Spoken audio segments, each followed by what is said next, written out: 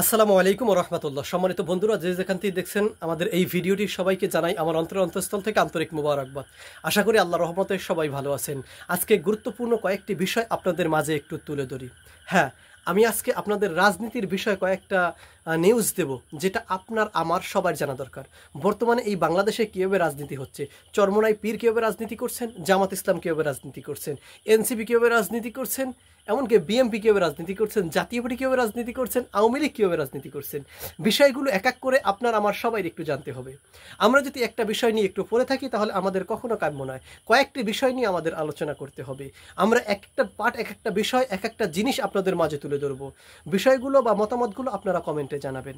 হয়তো এক নম্বর আমি আপনাদেরকে বলতে চাই যে কোনো একটা জিনিস প্রথমে কে শুরু করে, যে শুরু করে সে কখনো সফল হতে পারে না। রাজনীতির বিষয় প্রথম একটা জিনিস, লবণীয় বিষয়, তার স্বার্থের জন্য যে শুরু করে সে কখনো সফল হতে পারে না, আর যে সফল হতে পারে সে কখনো শুরু করে না। এই কথাটা আমি কি জন্য বলছি সেটা এক এক করে আপনাদের মাঝে একটু বুঝিয়ে বলি। এই বাংলাদেশে সর্বপ্রথম ক্ষমতার লোভ করেছিল কয়েকজনে, কিন্তু তারা টেকে নেয়। আর সেই লোভ দেখিয়ে যারা সেটা কার্যক্রম করছে তারা কিন্তু লোভ করে না, তারা বাধ্যতামূলক থেকে গেছে। বলুন তো কে? জাতীয় পার্টি করেছিল, জোর করে কিছুদিন ক্ষমতায় ছিল। তারপরে বিএনপি সেই লোভটা আবার দেখিয়ে গেছে। বিএনপি সেই লোভটা দেখিয়ে যাওয়ার পরে জোর করে আওয়ামী লীগ কিন্তু সেই ক্ষমতায় 12 বছর থেকে গেছে। আওয়ামী লীগ ক্ষমতায় 12 বছর কীভাবে থাকলো? এখানে আপনাদের প্রশ্ন আসতেই পারে, আমি কিভাবে তাকে 12 বছর বললাম? 12 বছর এজন্য বলেছি কারণ তার আগে 5 বছর সে জনগণের ভোটে হয়েছে। তখন ভোট চুরি করে নাই বা ভোট ডাকাতি করে নাই আওয়ামী লীগ। তখন জনগণের ভোটে সে নির্বাচিত হয়েছে। আর জনগণের ভোটে নির্বাচিত হওয়ার পরে তারপরে সে 12 বছর সে জোর করে ক্ষমতা রয়েছে, ভোট চুরি করছে বা অন্য অন্য বিষয় নিয়ে সে কথা বলেছে, কিন্তু 5 বছর সে ক্ষমতায় ছিল। এখন বর্তমানে আপনারা দেখেন যে জিনিসটা সফল হতে পারেন না। আওয়ামী লীগের নেতাকর্মীর গায়ে একটা ঢিল মারছেন, আপনাদের নেতাকর্মীর গায়ে ঢিল মারছে, হয়তো বাংলাদেশে নয় অন্য দেশে। এখন এর পিছনে দায় কে? আওয়ামী লীগ কিন্তু সফল হয়ে গেছে। আওয়ামী লীগ প্রথমে সফল হয়ে গেছে, 12 বছর জোর করে ক্ষমতায় থেকে সফল হয়ে গেছে। এই বাংলাদেশের কার ক্ষমতা কতটুকু, বাংলাদেশে কোন লোক কেমন, এটা কিন্তু আওয়ামী লীগ চিনে গেছে বা আওয়ামী লীগ বুঝে গেছে। এই বিষয় নিয়ে যদি আমি মাথা কামাই, তাহলে এটা আমাদের ব্যর্থ বা ভুল ধারণা ছাড়া অন্য কিছু নয়। কারণ এই বিষয় নিয়ে আমাদের এখন মাথা কামানো যাবে না, কারণ আওয়ামী লীগের থেকে বেশি টপ লেভেলের রাজনীতি আমরা জানি না। কারণ আওয়ামী লীগ টপ লেভেলের রাজনীতি সম্পর্কে ভালো জানে। তাই আওয়ামী লীগের কিছু লোক এখনও বাংলার জমিনে আছে, নেতাকর্মী সহ, সাধারণ কর্মী না, নেতাকর্মী সহ এখনও আওয়ামী লীগের কিছু লোক এই বাংলাদেশে বসবাস করে। আর তারা এমনভাবে বসবাস করে, বিএনপি, জামাত, জাতীয় পার্টি, চরমোনাই ইসলামী আন্দোলন তার থেকেও বেশি ক্ষমতা নিয়ে। অনেকেই বলবেন কিভাবে? চলুন আমরা তাহলে সেই বিষয়টা একটু জেনে আসি। এক নম্বরে হলো, বর্তমানে কিছু আওয়ামী লীগের লোক তারা কিছু নেতাকর্মীদেরকে টাকা খাওয়াইছে, উপর লেভেলের নেতাকর্মীদেরকে টাকা খাওয়াইয়া তাদেরকে আটকাইয়ে রাখছে। তাদেরকে আটকাইয়া রাইখা তাদের মাথার উপর লবণ থুইয়া তারা বড়ই খাইতেছে। কারণ ওই বিএনপির নেতাকর্মী, জামাতের নেতাকর্মী অথবা চরমোনাই নেতাকর্মী যাদেরকেই টাকা খাওয়াইছে, তারা তাদেরকে সাপোর্ট দিয়ে নাই, তাদের মাথার উপরে বড়ই থুইয়া লবণ খাইতে আছে কে? এই বিএনপি যে টাকা দিয়েছে তার কাছে।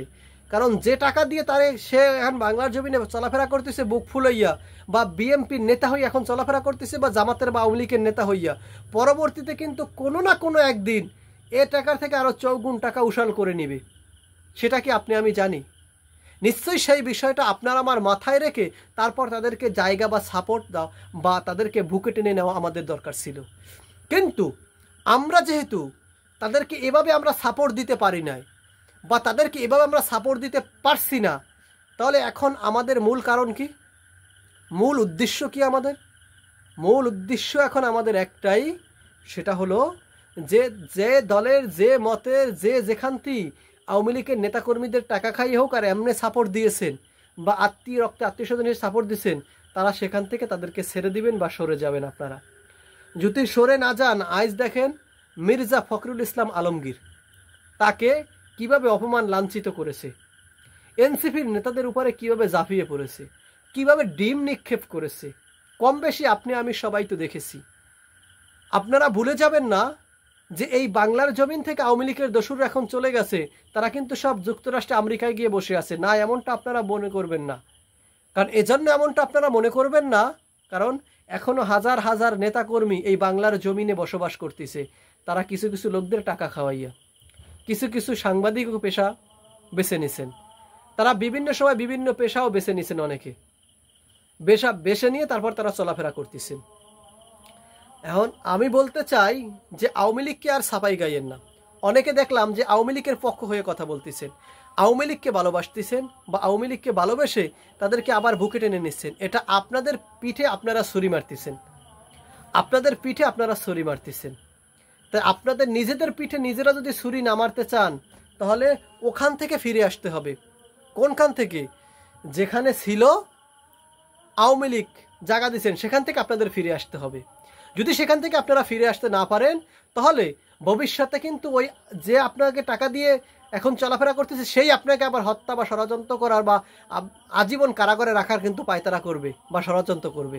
এজন্য এভাবে আপনারা কাউকে সাপোর্ট দিবেন না, যাতে আপনাদের মাথার উপরে লবণ দিয়ে তারা বড়ই খেতে পারে। সবাই একটু সাবধানে চলাফেরা করবেন, আর এগুলো একটু বিবেক বিবেচনা দিয়ে চিন্তা ভাবনা করবেন।